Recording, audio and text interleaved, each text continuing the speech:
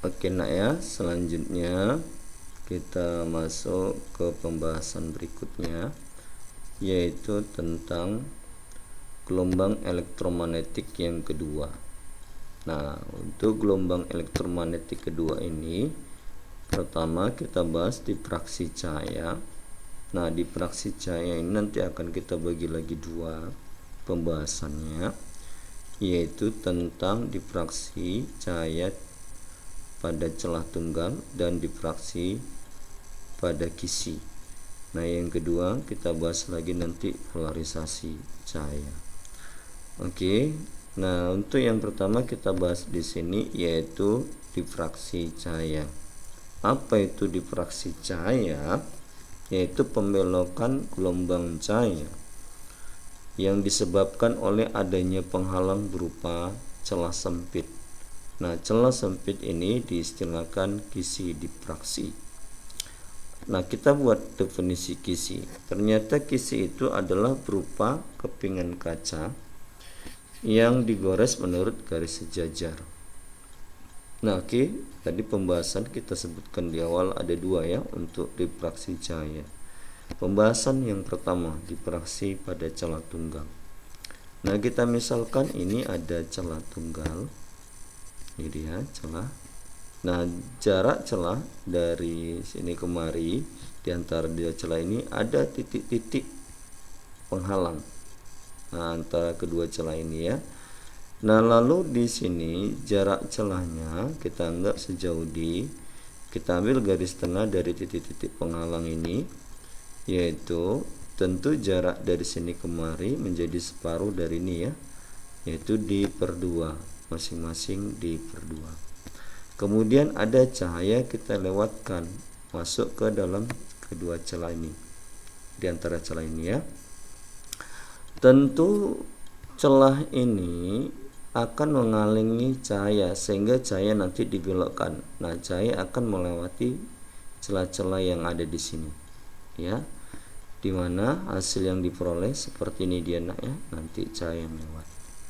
Nah, kalau kita tarik garis perpanjangan sinar, kalau seandainya dia nanti kita katakan ada sinar yang melalui garis tengah ini, diteruskan, nah terbacalah di layar, maka akan terbentuk nanti nak terang pusat ya. Nah, terang pusat atau sinar perpanjangan dari terang pusat dengan sinar ketiga akan membentuk sudut, kita sebutkan misalkan sudutnya theta. Nah, lalu kita ambil ini tadi kita anggap sinar 1, sinar kedua, sinar ketiga ya, sinar keempat, sinar kelima. Kalau kita amati sinar ketiga dengan sinar keempat, ternyata ada perbedaan panjang di sini ya. Perbedaan panjangnya inilah yang kita sebut nanti delta S. Nah, ini saling membentuk sudut siku-siku di sini ya. Nah, kalau dia membentuk sudut siku-siku, ini segitiga yang kita amati, sudut yang terbentuk di sini sama dengan sudut ini, yaitu sudut theta. Berarti ini sisi miringnya sama dengan D/2. Ini delta S-nya. Nah, yang jadi pertanyaannya bagaimana cara menentukan delta S? Apa hubungannya dengan sudut? Nah, ini kalau kita kaitkan ke depan sudut dengan sisi miringnya, berarti kita gunakan nilai sin, sehingga beda jaraknya D/2 kali dengan sin theta, itulah delta S nya. Nah, dari delta S nya inilah bisa kita tentukan dia apakah terjadi interferensi maksimum atau minimum. Oke, pembahasan pertama, interferensi maksimum. Supaya terjadi interferensi maksimum, syarat yang dipenuhi satu, beda fasenya 360 derajat ya. Yang kedua, beda jaraknya atau delta S nya harus 1 lambda atau 2 lambda, 3 lambda dan seterusnya. Itu delta S nya ya. Nah, lalu kalau kita kaitkan ke bentuk persamaannya, maka akan diperoleh nanti D kali dengan sin theta sama dengan K kurang setengah kali lambda. Oke. Atau boleh juga kalau seandainya sudutnya sangat kecil, maka kayak interferensi pada celah ganda ya. Sin theta kalau dia sudutnya terlalu kecil sama dengan tangen theta, yaitu bisa diganti dengan P per L. Nah, sehingga bentuk persamaannya jadi seperti ini. Nah, dengan K itu di sini disebut sebagai orde terang yang muncul.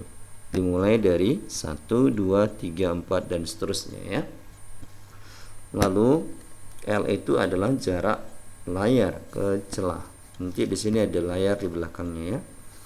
Kemudian D itu lebar celahnya.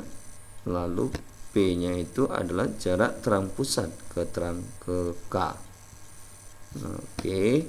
Nah, untuk interferensi minimum sendiri punya syarat di mana beda fasenya 180 derajat. Nah, beda sudut fase ini ya. Lalu memiliki beda jarak, yaitu delta S-nya setengah lambda, 3/2 lambda, 5/2 lambda.